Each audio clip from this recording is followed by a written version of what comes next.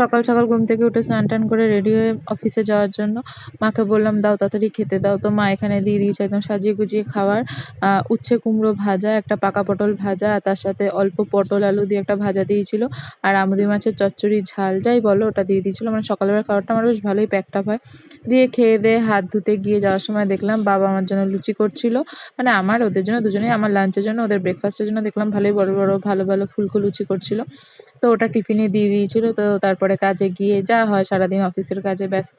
তো অফিসের কাজ থেকে ফেরার সময় আজকে মইনিও আমাদের বাড়িতে আসছিল। তো দমদমের এই যে আহার যে ফাস্ট ফুড সেন্টারটা আছে এখান থেকে একটা নিয়ে নিয়েছিলাম চিকেন রোল, যেটা অবভিয়াসলি মানে বাসি ছিল বাট খেতে খারাপ ছিল না।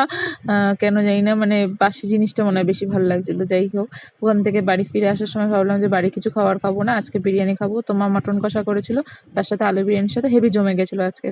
তো লাইক করে দিও, বাই।